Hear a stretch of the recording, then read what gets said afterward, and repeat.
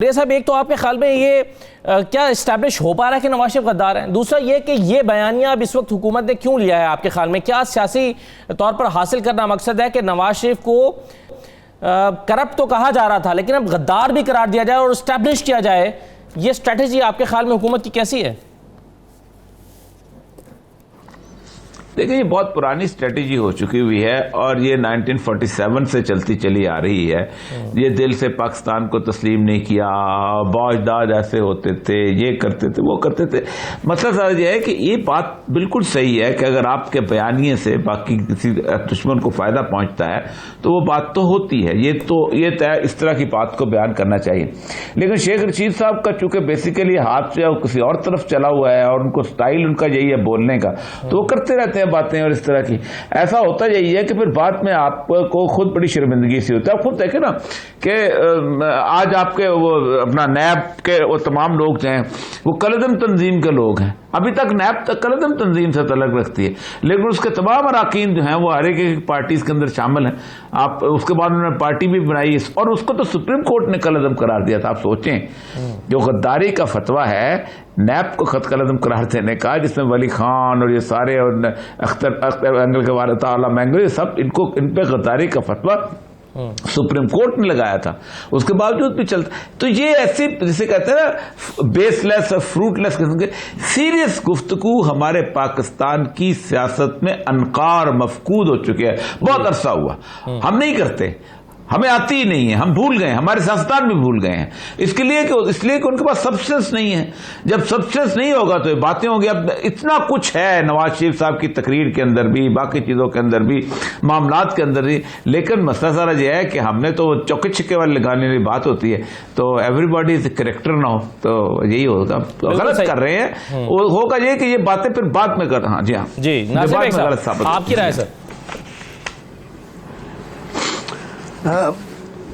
اصل بات یہ ہے کہ ہسٹری کے طالب علم ہیں اور یہ صاحب بھی، نشاط صاحب اور سید قائد صاحب بھی، میں تو طالب علم آدمی ہوں۔ مادر ملت محترمہ فاطمہ جناح کے بارے میں کہا گیا تھا کہ وہ غفار خان سے ساز باز کی انہوں نے اور غدار ہیں، غدار وطن ہیں وہ۔ پھر اور یہ صاحب نے بالکل صحیح کہا۔ تھوڑا سا میں اضافہ کر دوں کہ ولی خان کو بھٹو صاحب نے جیل میں ڈال دیا تھا اس فیصلے کے بعد کہ یہ غدار ہے۔ اس کو آگے کس نے چھڑایا؟ اس کو آگے ریلیز کس نے کیا؟ فوج نے کیا نا، جنرل ضیاء الحق نے کیا، گلدستہ بھی دیا اور چھوڑا بھی۔ تو یہ ایک پروسیس ہے، بڑا بچکانہ پروسیس ہے یہ۔ اگر آپ کو کسی کو غدار کہنا ہے تو بھٹو صاحب والا راستہ اختیار کریں اور پھر اس کو چھوڑیں نہیں۔ اگر ثابت ہو جاتا ہے تو شہباز، یہ لوگ مجھے سمجھ میں نہیں آتا ان کی سٹینڈنگ کیا ہے پالیٹکس میں۔ شیخ صاحب نے آج جو جملہ استعمال کیا ہے کہ میں وہ کروں گا تم عمر بھر پچھتاؤ گی، اب یہ جملہ بہت خطرناک ہے، اس کا جواب بھی خطرناک ہو سکتا ہے۔ میں سمجھتا ہوں کہ اس وقت ٹیلی ویژن پر، نیوز چینلز کے اوپر ایک ہذیانی کیفیت ہے، اسکرین پر، چینلز کے اسٹاف پہ نہیں، اسکرین کے اوپر۔ اور اس ہذیانی کیفیت کو آپ لوگ کیش کریں اور اس کو پیڈ کنٹینٹ کرا دیں کہ جس کو پریس کانفرنس کرنی ہے پر منٹ اتنے پیسے پے کرے گا، ہم اس کی پریس کانفرنس کرا دیں گے۔ تو جو آپ کے سیاسی جو مالی مسائل ہیں میڈیا کے وہ بڑے حل ہو جائیں گے۔ آپ دیکھیں نا شہباز گل اگر دو گھنٹے کی پریس کانفرنس کرتے ہیں تو کتنا آپ کو فائدہ ہوگا یار۔ وہ ٹھیک ہے وہ پرائم ٹائم نہیں تھا، لیکن جو پرائم ٹائم پہ آتے ہیں ان کے ساتھ کیا ہوگا؟ تو میرا خیال یہ ہے کہ پیڈ کنٹینٹ کر دیں۔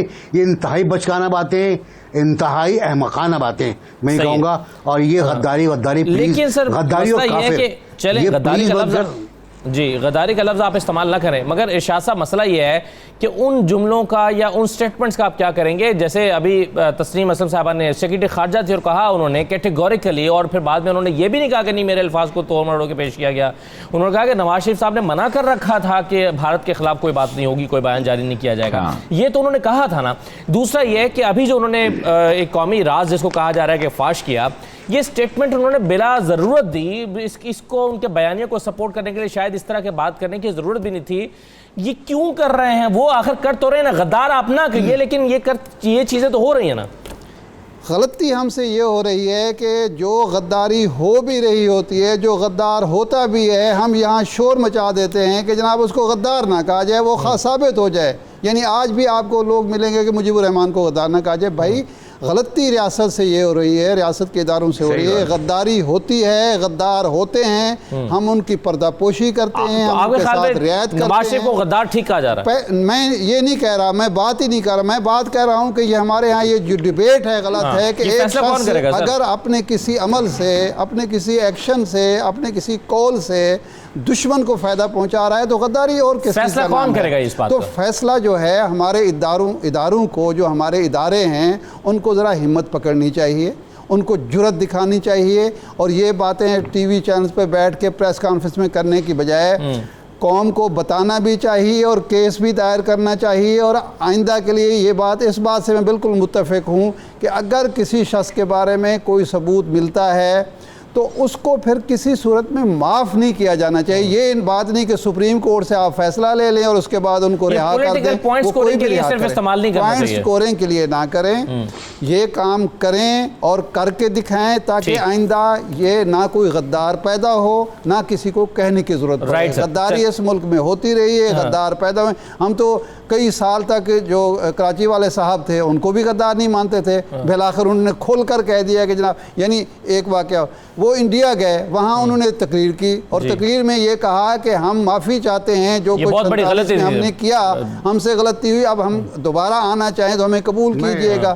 اور وہاں ہائی کمیشن کو حکم ہوا کہ ان کے اعزاز میں استقبالیہ دیں, اور ان کو وہاں جناب بلا کے ہائی کمیشن میں ہائی کمشنر صاحب نے استقبالیہ دیا, کیونکہ ہماری ریاست کے جو سربراہ تھے اس وقت, اور اس کے بعد بھی کافی عرصے تک وہ پاکستان کی سیاست میں ایکٹیو رہے. جناب پرویز مشرف صاحب نے کہا تھا کہ نہیں جناب ان کو, یہ جو ہماری کمزوری ہے اس کی وجہ سے یہ بحث جنم لیتی ہے کہ کس کو غدار کہا جائے, کس کو نہ کہا جائے. جو غداری کرتا ہے وہ غدار ہے, خواہ وہ کوئی بھی ہو. ناصر بھائی صاحب کچھ ایڈ کرنا چاہ رہے ہیں آپ؟ بالکل, جو غدار ہے جو کرتا ہے بالکل غدار ہے, اس کو ثابت پہلے کریں. آپ کھڑے ہو کر ٹی وی پر نہ کہیں کہ غدار ہے, اس پر آپ پر الٹا مقدمہ بن سکتا ہے بہت آرام کے ساتھ. نمبر 1. نمبر 2, میں یہ عرض کر رہا تھا کہ غداری کیا ہے. غداری ملک کے مفادات کے خلاف کام کرنے کو کہتے ہیں غداری. اب اگر آپ نواز شریف کا یہ بیان لے کر کورٹ جائیں گے کہ یہ غدار ہے, تو پھر ایشیا سوسائٹی سے ایک ہمارے نام لیتا ہوں پرائم منسٹر کا جو خطاب ہے وہ بھی تو آئے گا نا, کہ پرائم منسٹر نے وہاں کیا کہا تھا اس وقت جب وہ مشرف سے ان کا بریک اپ ہوا تھا. اور یہ بھی آئے گا کہ انہوں نے کنٹرولڈ ڈیموکریسی کے بارے میں جو جلسے سے خطاب کیا تھا وہ بھی آئے گا کہ اس میں انہوں نے کیا کہا تھا. اس کے بعد انڈیا کا جو چینل ہے اس کا عوامی عدالت ہے, کیا نام ہے اس کا, اس میں 1 گھنٹے کا پروگرام تھا, اس میں انہوں نے ہماری فوج کے بارے میں کیا کہا تھا. یہ سب چیزیں آئیں گی تو اکٹھی کا ہو جائیں, ایک بڑا کیس بن جائے سب لوگوں کے خلاف غداری کا, سب لوگوں پر اسٹیپ لگاتے رہیں, یہ بھی غدار, یہ بھی غدار. اگر عمران خان بھی وہی کام کرتا ہے جو الطاف حسین نے کیا, جو مجیب الرحمان نے کیا, تو ہم عمران خان کو بھی یہی کچھ کہیں گے. اور کیا ہے, عمران خان کوئی آسمانی مخلوق ہے. کوئی بھی جو شخص ایسا کام کرتا ہے جس کا دشمن کو فائدہ ہے, اس کے لیے ایک